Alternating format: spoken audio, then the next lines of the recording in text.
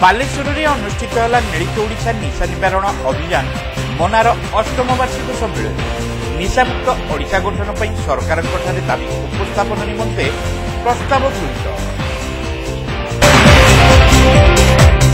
ମିଳିତ ଓଡ଼ିଶା ନିଶା ନିବାରଣ ଅଭିଯାନର ଅଷ୍ଟମ ବାର୍ଷିକ ସମ୍ମିଳନୀ ବାଲେଶ୍ୱର ସହରର ଆତିଥ୍ୟ ଭବନଠାରେ ଅନୁଷ୍ଠିତ ହୋଇଯାଇଛି। ସମ୍ମିଳନୀରେ ସାଂସଦ ପ୍ରତାପ ଚନ୍ଦ୍ର ଷଡ଼ଙ୍ଗୀ ମୁଖ୍ୟ ଅତିଥି ଭାବେ ଯୋଗଦେଇ ସରକାରଙ୍କଠାରେ ନିଶାମୁକ୍ତ ଓଡ଼ିଶା ଦାବି କରିବା ସହ ଓଡ଼ିଶାର ପୂର୍ବତନ ମୁଖ୍ୟମନ୍ତ୍ରୀ ନବକୃଷ୍ଣ ଚୌଧୁରୀ ପ୍ରଣୟନ କରିଥିବା 1956 ମସିହାର ନିଶା ନିବାରଣ ଆଇନକୁ କାର୍ଯ୍ୟକାରୀ କରିବାକୁ ମତ ରଖିଥିଲେ। ଏଥିସହିତ ବିଭିନ୍ନ ମହିଳା ସଂଗଠନ ବ୍ୟକ୍ତିବିଶେଷ ଓ ମହିଳାମାନେ ନିଶାଳୀଙ୍କ ବିରୋଧରେ ସଚେତନତା କାର୍ଯ୍ୟକ୍ରମକୁ ବ୍ୟାପକ କରିବା ନିମନ୍ତେ ଶ୍ରୀ ଷଡ଼ଙ୍ଗୀ ଆହ୍ୱାନ ଦେଇଥିଲେ। ଏଇଟା ଗୋଟେ ଆଇନ ଦ୍ୱାରା ବି ଅଧିକ ମୁଁ ବିଧାନସଭା ଥିଲାବେଳେ 15 ଥରରୁ ଅଧିକ ପ୍ରଶ୍ନ ପଚାରିଥିଲି। ପୁରା ଭୟଙ୍କର ଡିବେଟ୍ ହେଇଛି। ମତମନ୍ତ୍ରୀ ଯାହା କୁହନ୍ତି ଏଠି କଲେକ୍ଟର ଅଫିସ ଏସ୍ଆଇ ସୁବର୍ଣ୍ଣ ଅଫିସ ମୁଁ ଘର କରିଥିଲା ସେମାନେ ଯାହା କୁହନ୍ତି ଗୋଟେ ୟୁନିଫର୍ମ ଉତ୍ତର। ସେ ଉତ୍ତରଟା କଣ ଯେ ମଦରୁ ଆମକୁ ରେଭିନ୍ୟୁ ମିଳୁଛି। ଆମେ ମାନସିକତା ବୁଝିବା କଥା କାହିଁକି ମଦ ଚାଲିଛି ମଦରୁ ରେଭିନ୍ୟୁ ମିଳୁଛି। ଏ ଭ୍ରାନ୍ତିକୁ ଦୂର କରିବା ଯଦି କେମିତି ହବ ରେଭିନ୍ୟୁ କାହା ପାଇଁ ଆମ ଜନତାକୁ ବର୍ବାଦ କରିକି ରେଭିନ୍ୟୁ ଆଦାୟ କରିବା ରେଭିନ୍ୟୁ ଆମେ ବିଲକୁଲ ଭୁଲ କଥା। ମଦର କିଛି ରେଭିନ୍ୟୁ ମିଳେ ନାହିଁ। ଯାହା ମିଳେ ତା 10 ଗୁଣ ଖର୍ଚ୍ଚ ହୁଏ। କ୍ରାଇମ କଣ୍ଟ୍ରୋଲରେ ସରକାର ଯେତିକି ଖର୍ଚ୍ଚ କରନ୍ତି ସେଟା ହଉଛି ମଦରୁ ମିଳୁଥିବା ରେଭିନ୍ୟୁର 10 ଯୋଉ ହେଲ୍ଥ ହାଜାର୍ଡ ତିଆରି ହଉଛି ଯୋଉ ଅକାଳ ମୃତ୍ୟୁ ହଉଛି ଯୋଉ ପିଲାମାନଙ୍କର ଯୋଗ୍ୟତା ବିକାଶ ହେଇପାରୁନି ଏଥିରେ ଯେତିକି କ୍ଷତି ହୁଏ ସେଟା ମଦ ଖାଉ। ଯୋଉ ଆକ୍ସିଡେଣ୍ଟରେ ଲୋକ ମୃତ୍ୟୁ ତାଙ୍କୁ ଯଦି କମ୍ପେନସେଟ୍ କରିବାକୁ ପଡେ ସେ ମଦ ଖାଉ। ଏ ସବୁ ଯଦି ମିଶେଇ ଦେବେ ଦେଶର ଯେତିକି ବାସ୍ତବିକ କ୍ଷତି ହଉଛି ସେ ମଦରୁ ମିଳୁଥିବା ରେଭିନ୍ୟୁର 100 ଗୁଣ। ସମ୍ମାନିତ ଅତିଥି ସଦର ବିଧାୟକ ମାନସ କୁମାର ଦତ୍ତ ନିଶା ସମାଜକୁ କ୍ଷତିଗ୍ରସ୍ତ କରୁଥିବାରୁ ଏହାର ନିୟନ୍ତ୍ରଣ ପାଇଁ ନିରନ୍ତର ଉଦ୍ୟମ ଆବଶ୍ୟକ ବୋଲି ମତବ୍ୟକ୍ତ କରିଥିଲେ। ଆମ ଭିତରେ ସଂକଳ୍ପ ହେବା ଦରକାର କି ଚ୍ୟାରିଟି ବିଗିନ୍ସ ଆଟ୍ ହୋମ୍।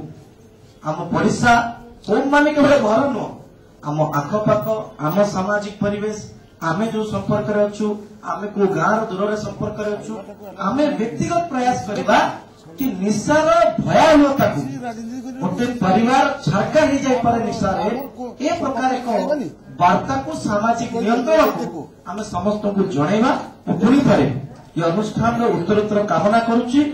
ବସ୍ତା ବିଧାୟିକା ସୁବାସିନୀ ଜେନା, ପୌରାଧ୍ୟକ୍ଷା ସବିତା ସାହୁ, ଅତିରିକ୍ତ ଜିଲ୍ଲାପାଳ ସୁଧାକର ନାୟକ, ଇମାମିର ବରିଷ୍ଠ ଲୋକସମ୍ପର୍କ ଅଧିକାରୀ ମନୋଜ କୁମାର ପାଢ଼ୀ ପ୍ରମୁଖ ଏଥିରେ ବରେଣ୍ୟ ଅତିଥି ଭାବେ ଯୋଗଦେଇ ବେଆଇନ ନିଶା କାରବାର ବିରୋଧରେ ମନାର ଉଦ୍ୟମକୁ ପ୍ରଶଂସା କରିଥିଲେ।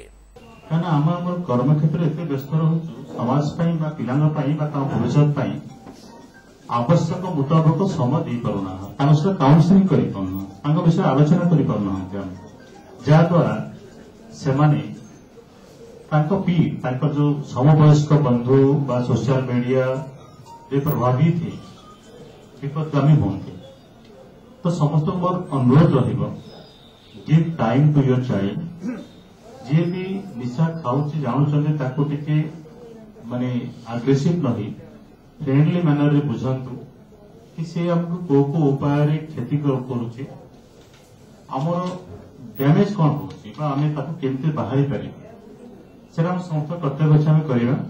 ସଭାପତି ଆଇନଜୀବୀ ପ୍ରଭାକର ସାହୁଙ୍କ ସଭାପତିତ୍ୱରେ ଆୟୋଜିତ ସମ୍ମିଳନୀରେ ସାଧାରଣ ସମ୍ପାଦିକା ମମତା ମହାପାତ୍ର ମନାର ବାର୍ଷିକ ବିବରଣୀ ପାଠ କରିଥିବା ବେଳେ ଉପଦେଷ୍ଟା ସୁବ୍ରତ କର ସ୍ୱାଗତ ଭାଷଣ ଦେଇଥିଲେ।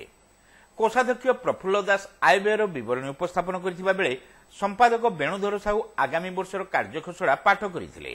ଉପଦେଷ୍ଟା ଡାକ୍ତର ଶୀର୍ଷ କୁମାର ଦାସ, ଉପସଭାନେତ୍ରୀ ଅର୍ଚ୍ଚନା ନନ୍ଦୀ, ଭୋଗରାଇ ବ୍ଲକ ସ୍ତରୀୟ କାର୍ଯ୍ୟକର୍ତ୍ତା ଚିତ୍ତରଞ୍ଜନ ଦାସ, ଭୃଗୁରାମ କର ଓ ଜାମସେଦ ଅଲି ଖାଁ, ଜଳେଶ୍ୱର ବ୍ଲକର ସୁକୁମାର ରଣା ଓ ଦିଲ୍ଲୀପ ଗିରି, ବସ୍ତା ବ୍ଲକର କୁମୁଦ ରଞ୍ଜନ ଗିରି, ରେମଣା ବ୍ଲକର ପ୍ରଭାକର ସାହୁ, ନୀଳଗିରି ବ୍ଲକର ଷ୍ଟାଲିନ ମିଶ୍ର, ବାହାନଗା ବ୍ଲକର ପ୍ରଦୀପ ବେହେରା, ସଦର ବ୍ଲକର ଗୟାଧର କର ଓ ଡକ୍ଟର ଲକ୍ଷ୍ମୀକାନ୍ତ ତ୍ରିପାଠୀ ପ୍ରମୁଖ ନିଶା ବିରୋଧରେ ନିଜ ନିଜର ମତ ରଖିଥିଲେ। ଏହି ଅବସରରେ ମନାର ମୁଖପତ୍ର 2024 ଶୁଭ ଉନ୍ମୋଚିତ ହୋଇଥିଲା। ମନା ମୁଖପତ୍ରର ସମ୍ପାଦକ ଡକ୍ଟର କ୍ଷିତୀଶ୍ୱର ଦାସ ପତ୍ରିକା ସମ୍ବନ୍ଧରେ ସୂଚନା ଦେଇଥିଲେ।